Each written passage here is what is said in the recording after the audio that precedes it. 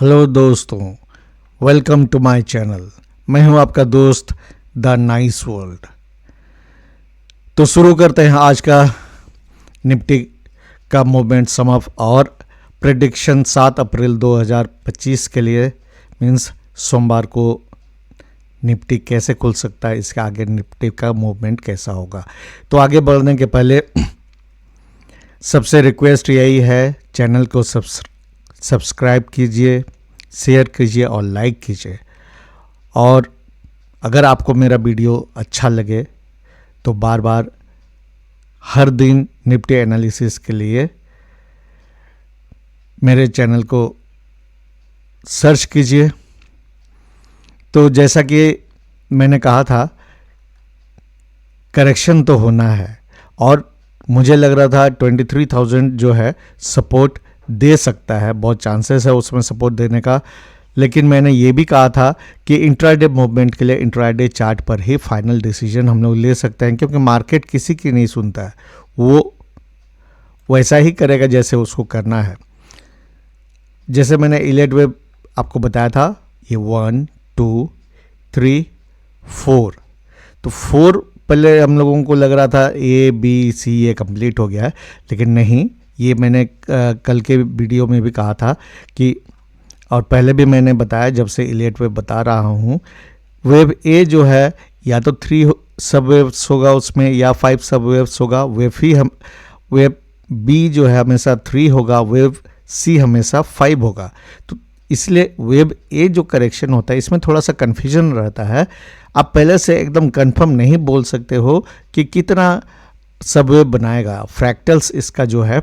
तो आज इसने जिस तरह से मूवमेंट दिया तो ये कंफर्म हो गया। इसको आपको मैं थोड़ा इजी करता हूँ, कभी कभी जो है लाइन चार्ट का बेनिफिट हो जाता है। आप यहाँ देखिए 1 2 3 4 एंड 5, तो इसमें कोई कन्फ्यूजन नहीं है। और मैंने जो ये ऊपर से सब वेव इसमें लगाया हुआ है 1 2 3 4 5, इससे एकदम कोइंसाइड कर रहा है। तो इससे एक चीज़ क्लियर है कि ये जो अभी डाउन मूव आ रहा है ये वेव ए के फ्रैक्टल्स के कारण है। बीच बीच में इसमें बाउंस आया है, तो ये सब बाउंस जो है ट्रेडिंग के लिए है, ये इन्वेस्टमेंट के लिए नहीं है। हालांकि अगर आप लॉन्ग टर्म पेशेंट इन्वेस्टर हैं तो आप बाय कर सकते हैं थोड़ा थोड़ा। अब यहाँ पर जैसे देखिए, सुबह ही मैंने ये लगाया हुआ था, जब लाइव इंट्राडे ट्रेडिंग का वीडियो मैंने शूट किया था उस समय मैंने बताया था, फिबोनाची लगाया था। और मैं इसको कन्वर्ट कर लेता हूँ कैंडल्स पर, तो उसमें मैंने क्लियरली बताया था 61.8% और ये जो है 78.6%, ये नेक्स्ट सपोर्ट है। तो अभी इसने क्लोजिंग दिया है 22,904 का, मतलब कि ये जो 61.8% का है उससे थोड़ा सा नीचे में क्लोज किया है। अब क्या ये मार्केट और नीचे जाएगा? तो मुझे लगता है कि यहाँ से ये बाउंस आएगा, ये कंप्लीट हो गया है लेकिन अब सोमवार को ही वापस ऊपर जाएगा या मंगलवार से थोड़ा शुरू होगा, ये देखना होगा।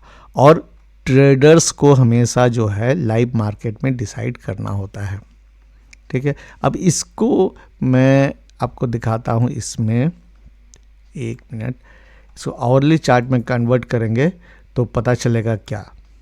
मैंने आवरली चार्ट का इलेट वेब एनालिसिस भी किया हुआ है, पहले कई दिन से मैं बता रहा हूँ। अब देखिए ये जो लाइन है साइकोलॉजिकल लेवल है सब, ठीक है। तो इसमें देखिए 1 2 3 4 एंड 5 जो है, मैं सुबह बता रहा था आपको कि ये फिर 5 सबवे बना रहा है फ्रैक्टल्स। इसको और छोटा टाइम फ्रेम में करेंगे तो वो फ्रैक्टल्स हमें क्लियरली दिखेंगे। जो बड़े टाइम फ्रेम में छोटा फ्रैक्टल नहीं पता चलेगा। ये आवरली चार्ट में मैंने बताया था 3 4 एंड 5। तो 5 जो है ये फिर और सबवे बनाया 1 2 3 4 5 हमेशा 5 होता है, ठीक है। इसको अगर आप लाइन चार्ट में कन्वर्ट करोगे तो देखिए इस तरह से दिखेगा 1 2 3 3 is usually strongest and longest. तो कल इसलिए देखिए अचानक इस तरह से बड़ा गैप डाउन के साथ एफआईआर नीचे आया। तो आज जो है 4 और ये 5 कंप्लीट हुआ। अगर ये कंप्लीट है तो अब इसको, ये वेब ए कंप्लीट है तो बी बनाना है, तो जो ए का डायरेक्शन है उसके अगेंस्ट में बी जाता है। ठीक है, तो अब इसको देखिए कैसे हो रहा है। ठीक है, तो ये जो बी जाएगा तो इस तरह से जाएगा। लाइव मार्केट में मैंने ड्राइंग किया था, आप लोग उसको देख सकते हैं उस वीडियो को फिर से। थोड़ा सा उसको बीच में रोक रोक के मैं शूटिंग कर रहा था, तो उसको जोड़ने में ऊपर नीचे हो गया, लेकिन कोई बात नहीं। आपको जो सीखना है, मेरा पर्पस है आप लोगों को सिखाना और बताना, ताकि आप अपना डिसीजन खुद से ले सकें। मैं आपको अपने पर डिपेंडेंट करने के लिए ये चैनल नहीं खोला हूँ। मैं चाहता हूँ कि आप लोग भी इंडिपेंडेंट हो। पहला कैंडल कैसा था, ये यहाँ पर, ये तो कल का है। आज का पहला कैंडल 5 मिनट का नीचे था, ये 15 मिनट का है, तो 5 मिनट में कर देते हैं। तो ये इस तरह से था, नीचे आया ऊपर आया। तो अल्टीमेटली क्या हो रहा है, अल्टीमेटली ये हो रहा है कि डाउन वेव जो ए था ये पूरा हो चुका है। अब इसको ऊपर जाना है। ऊपर कहाँ तक जाएगा, ऊपर कहाँ तक जाएगा उसके लिए देखिए यहाँ पे 1 मिनट, इसको फिबोनाची अगर लगाते हैं तो ये पता चल जाएगा। जैसे हमने आज मार्केट इंट्राडे में भी बताया था, उसमें फिबोनाची लगा के ये बाउंस कहाँ तक बाउंस आएगा, वहाँ पे फिर शॉर्ट करना है, ये मैंने बताया था। तो अब इसमें भी करते हैं। ये वेब ए का, ये टोटल वेब यहाँ से यहाँ जो है वेब ए है। अब उस वेब ए को कितना हद तक वापस रिकवर करता है उस करेक्शन को, तो उसके लिए क्या कैसे होगा, उसके लिए होगा ये कि हम लोग फिबोनाची लगाते हैं यहाँ पे इस तरह से, और इसका आज का जो लो है, एग्जैक्ट नहीं हुआ थोड़ा सा, ठीक है ये लगा। तो अब ऊपर की और कहाँ 23,000 का जो लेवल है ये एक साइकोलॉजिकल लेवल है।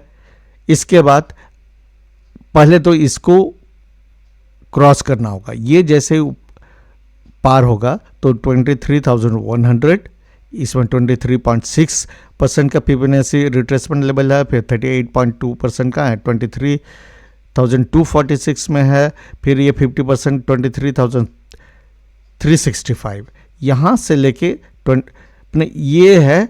और मुझे लगता है कि 23,500 के आसपास से फिर एक डाउन मूव आएगा 1 2 3 4 5 करके, आगे देखना होगा। देखिए बहुत बार क्या होता है कि एनालिसिस भी सब्जेक्टिव होता है, खास करके ये सब भी। हालांकि मैं कई साल से लेट वेव एनालिसिस कर रहा हूँ और most of the time I am proved correct by mister market.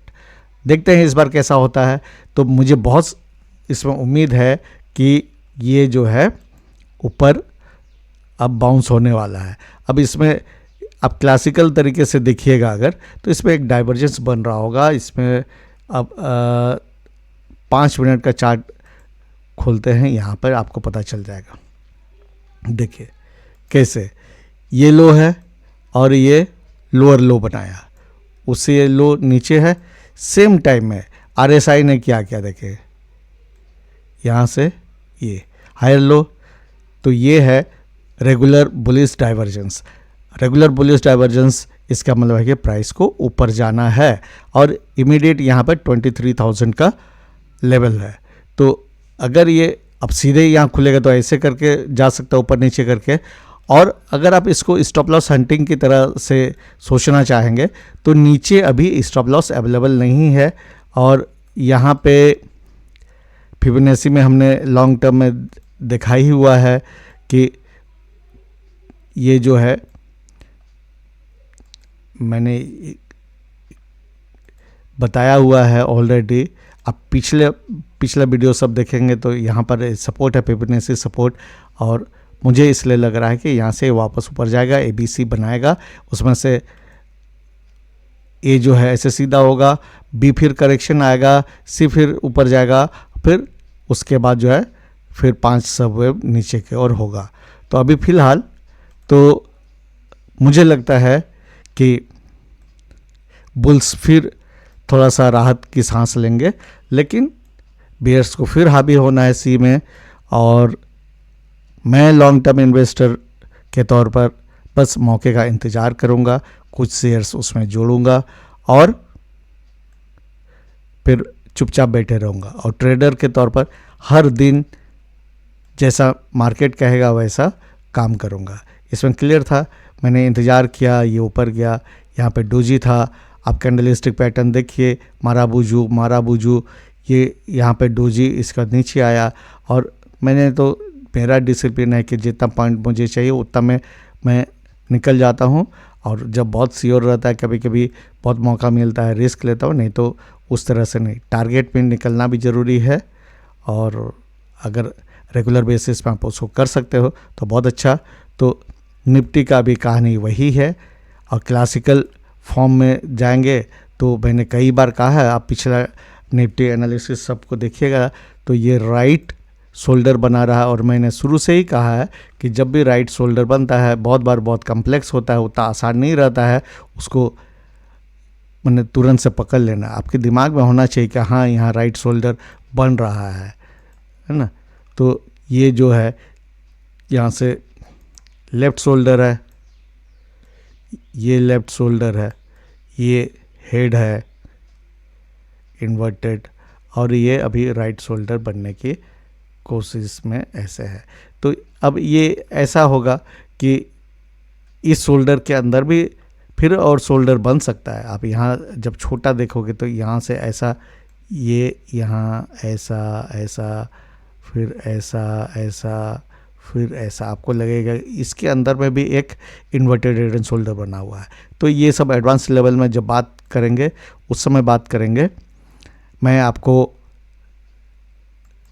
1 साल के अंदर में गारंटी से एनालिसिस तो सिखा दूंगा, और आप उसके बाद लाइफ लॉन्ग आप अपने से सीखते रहिए, आगे डिसीजन लीजिएगा अपने से। आपको किसी एनालिस्ट या किसी एक्सपर्ट की ज़रूरत नहीं होगी। तो सब्सक्राइब कीजिएगा और सपोर्ट कीजिएगा। मैं आपका साथ देता रहूँगा सीखने में और मार्केट से पैसे कमाने में। Thank you.